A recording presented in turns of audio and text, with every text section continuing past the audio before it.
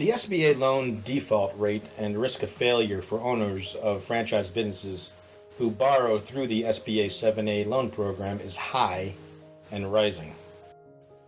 A recently conducted independent analysis reveals a failure rate of nearly 17%, which translates to more than 1 in 6 for franchise loans made from 1991 to 2010 through the Small Business Administration's 7A loan program. Even more concerning, the analysis shows that the franchisee loan failure rate has been increasing over time, hitting almost 20% in the most recent period, or nearly 1 failure for every 5 loans. Further, the study indicated that among franchise systems that are significant users of SBA financing, the percentage with high failure rates has nearly increased threefold over the 20-year period to more than 1 in 3 in recent years. Failure rate is defined as the proportion of loans that the SBA has written off after all the borrowers and even personal guarantors, collateral, including pledged homesteads, has been liquidated or foreclosed. Such failed loans always involve the SBA making guarantee payments to the lenders or banks that originally underwrote and made the loans. Thus, loans that are charged off can represent a disaster for the borrower or guarantor, who may have lost both business and personal assets, and an ultimate loss for U.S. taxpayers, since the SBA has written off the loan and may have made guarantee payments to the lender or bank. The SBA's mission is to, quote, maintain and strengthen the nation's economy by enabling the establishment and vitality of small businesses, close quotes. But SBA lending has also underwritten the growth of major franchisor corporations in the United States, such as McDonald's, Dairy Queen, Baskin and Robbins, and Aamco transmissions. Yet, it should be noted that the individual franchisee small businesses, not franchisor corporations, take on the risk of hundreds of thousands of dollars in debt that often comes with buying into a franchise system. The average initial investment in a non-lodging franchise is $418,000. Generally speaking, the franchisees put down about 25% of their franchise investment and then borrow the remaining 75% from other sources, most notably lenders or banks through the SBA 7A loan programs.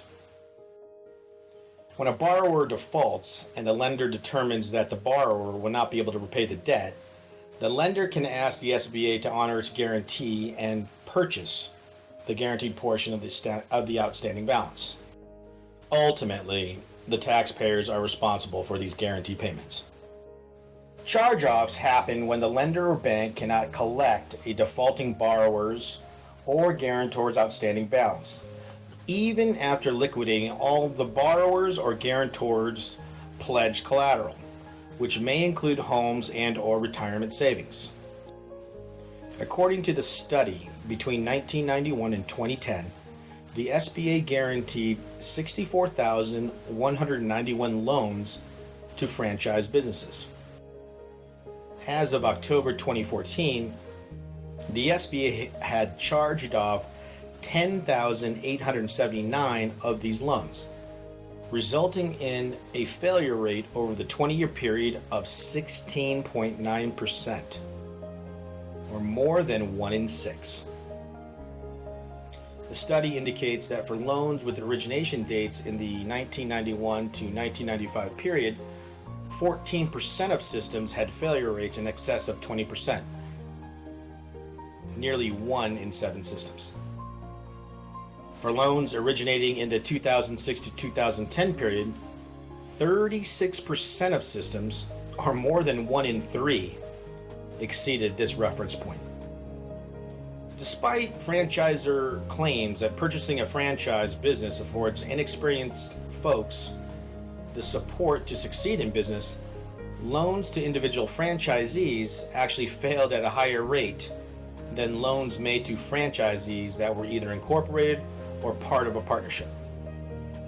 According to the study, During each 5-year period over the 20-year period of analysis, the failure rate for individual franchisees has been consistently above that of corporate/partnership franchisees. In the most recent period, individual franchisee loans failed 22% of the time, well above the 19% failure rate for corporate and/or partnership franchisees.